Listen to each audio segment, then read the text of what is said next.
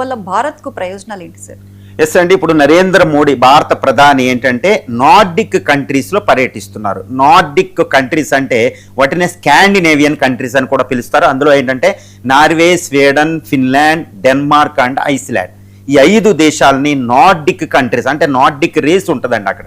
అది ఒక జాతి అనమాట. అదో సాంస్కృతికంగా అది వస్తుంది. అందుకే నార్డిక్ కంట్రీస్ లేదా స్కాండినేవియన్ కంట్రీస్ అని పిలుస్తారు. ఈ Norway, Sweden, Finland, Denmark and Iceland ఈ 5 దేశాధినేతలు ప్రైమ్ మినిస్టర్లు అక్కడ భారత ప్రధాని ఓస్లోలో ఉన్నప్పుడు కలిసి ఇండియా నార్డిక్ అనే ఒక సమ్మిట్ డిస్కషన్ జరిగినాయి. యాక్చువల్లీ ఇది లాస్ట్ ఇయర్ జరగాలి. పహల్గామ్ దాడి వల్ల భారత ప్రధాని అక్కడికి వెళ్ళలేకపోయారు. ఈ 5 దేశాధినేతలు ఈ ఓస్లోలో భారత ప్రధానితో ఒక సమ్మిట్ లెవెల్ డిస్కషన్ అయ్యి ఒక ఒప్పందం మీద సంతకం చేశారు. దాన్నే green tech and innovative strategic partnership agreement, simply ఈ గ్రీన్ స్ట్రాటజిక్ పార్ట్నర్షిప్ అగ్రిమెంట్ అని పిలుస్తారన్నమాట. అది చాలా విస్తృతమైంది. ఎందుకంటే Nordic countries Norway, Sweden, Finland, Denmark, ఐలాండ్లు ఏంటంటే HDI ఇది UNDP united nation development and fund మీద రిలీజ్ చేసి HDI ఇండెక్స్ అనేది ఒకటి ఉంటుంది అనమాట. హ్యూమన్ డెవలప్మెంట్ ఇండెక్స్, మానవ అభివృద్ధి నివేదిక. ఈ మానవ అభివృద్ధి నివేదికను చూస్తే ఈ స్కాండినేవియన్ కంట్రీస్ ఫస్ట్ 10 ర్యాంకుల్లోనే ఉంటాయి. First place Norway, Sweden, Finland లేదనండి. అంత అభివృద్ధి చెందిన ఆర్థిక వ్యవస్థలు అనమాట అవి. ఆ దేశాలతో పార్ట్నర్షిప్ మనకంటే మనకి ఎంతటి విస్తృత ప్రయోజనం ఉండబోతుందో తెలుసు. తర్వాత గ్రీన్ ఎనర్జీ, ఇప్పుడు క్లైమేట్ చేంజ్కి సంబంధించి ఆయా దేశాలు అద్భుతమైన టెక్నాలజీలు డెవలప్ చేసినాయి. ఇండియన్ ప్రైమ్ మినిస్టర్ ఇండియా కూడా ఇప్పుడు green mission, national green mission ఒకటి పెట్టాం. సోలార్ ఏంటి, renewable, wind energy, biogas, biomass, వీటికి న్యూక్లియర్, వీటికి సంబంధించి ఎంతో మిషన్ ఓరియంటెడ్లో మనం వెళ్తున్నాం. కాబట్టి నార్డిక్ కంట్రీస్ ఇచ్చే ఈ టెక్నాలజీ అనేది చాలా చాలా ఇంపార్టెంట్. ఇప్పుడు చూడండి, ఆయిల్ క్రైసిస్ వల్ల ఎంత విపత్కర పరిస్థితి. ఈ గ్రీన్ ఎనర్జీస్ వస్తే ఈ పరిస్థితి మనకు ఉండదన్నమాట. సో ఆ కంట్రీస్తో మనకు వస్తుంది. ఇండియాస్ గ్రేటెస్ట్, నేను ఎప్పుడు చెప్తా, భారతదేశం యొక్క అతిపెద్ద దుర్బలత్వం, the greatest weakness of India ఏంటంటే ఆయిల్ లేకపోవడం, ఎనర్జీ క్రైసిస్. కాబట్టి గ్రీన్ అనేది ఎంతటి బెనిఫిట్ మనకు చేకూరుస్తుందో మనం చూడొచ్చు. ఇక రెండోది ఏంటంటే ఈ నార్డిక్ కంట్రీస్ ఇప్పుడు 5 నార్వే, స్వీడన్, ఫిన్లాండ్, డెన్మార్క్, ఐలాండ్తో పాటు అక్కడ కెనడా, అమెరికా, రష్యా ఈ 8 దేశాలు ఆర్కిటిక్ కూటమి అంటారు, ఆర్కిటిక్ కౌన్సిల్ అంటారు.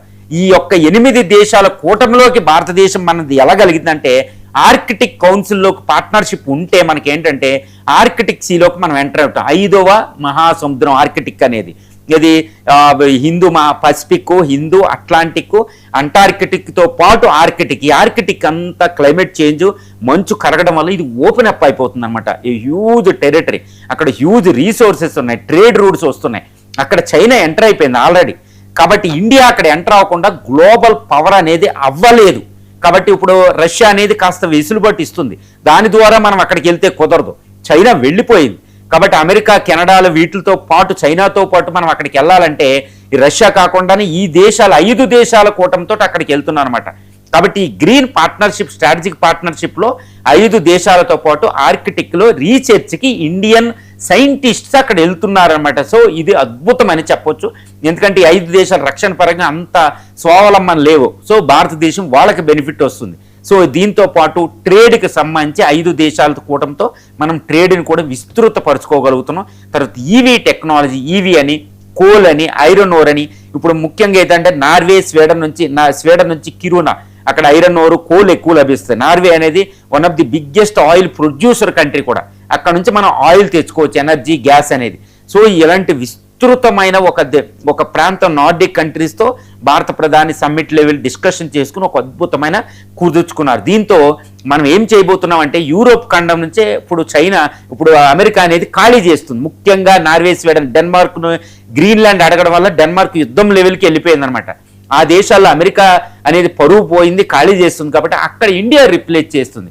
సో అక్కడ అమెరికాకి పెద్ద షాక్ అనమాట. తర్వాత చైనా ఆర్కిటిక్ కౌన్సిల్లోకి నుంచి అక్కడికి వెళ్ళిపోతుంది. సో చైనాని కౌంటర్ చేయడానికి ఆ దేశాలు ఇండియాని ఇన్వైట్ చేసినాయి. కాబట్టి మనం అక్కడికి వెళ్ళాం. ఇటు చైనాకి, యునైటెడ్ స్టేట్స్ ఆఫ్ అమెరికాకి 2 కౌంటర్స్ ఇస్తూ ఇండియా అనేది ఒక global military power, global economical పవర్గా మన యొక్క క్లౌట్ అంటే మన యొక్క ఇన్ఫ్లుయెన్స్, స్పీర్ ఆఫ్ ఇన్ఫ్లుయెన్స్ని విస్తృతం చేసుకునే దశలోనే ఇప్పుడు భారత ప్రధాని నరేంద్ర మోడీ గారు ఈ కంట్రీస్కి వెళ్తున్నారు. ఇది ఒక అద్భుతమైన దౌత్యం. నేను అందుకని అంటాను ఈ నరేంద్ర మోడీ గారు ఎప్పుడు దౌత్యం చేసినా ఒక పరాకాష్ట, ఒక నెక్స్ట్ లెవెల్కి వెళ్ళిపోతూ ఉంటారన్నమాట. ఇదనమాట, అందరూ యుద్ధాల్లో కొట్టుకుంటుంటే చక్కగా ఇండియా విస్తృత ప్రయోజనం కోసం ఈ దేశాల పర్యటన చేస్తున్నారు. ఏదో Norway, Sweden, Finland, Denmark, island ఏంటి చిన్న చిన్న కంట్రీలు, వాటితో మనకేంటి అనుకోకూడదు. అక్కడే అద్భుతం జరగబోతుంది ఇప్పుడు ప్రపంచంలో అనమాట. కాబట్టి ముఖ్యంగా ఆర్కిటిక్ మహాసముద్రం, యూరోప్ నుంచి చైనా, అమెరికా వెనక్కి వెళ్ళడం, ఎవరో చైనా అక్కడికి వెళ్ళడానికి ప్రయత్నం చేయడం. సో ఈ అన్నిటి దృష్ట్యా ఇండియా అనేది ఒక గ్లోబల్ ఎయిమ్, ఒక developed military and global economical power highest level thinking చేస్తూ ఇండియన్ ప్రైమ్ మినిస్టర్ యొక్క మోడీ దౌత్యం ఇక్కడ నడుస్తుంది.